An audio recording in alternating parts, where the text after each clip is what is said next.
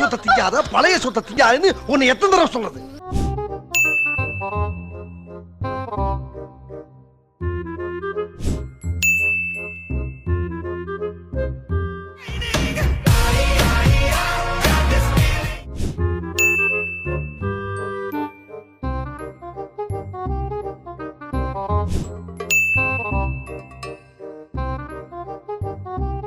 ஏய், நீங்களா எங்க வரீங்க? வெள்ளையும் சொல்லியமா தொப்பையை தள்ளிக்கிட்டு.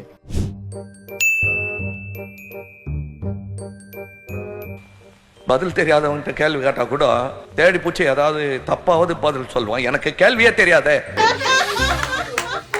A few moments later. அப்ப எல்லாருக்கும் புரிஞ்சிருச்சு இந்த வாட்டி.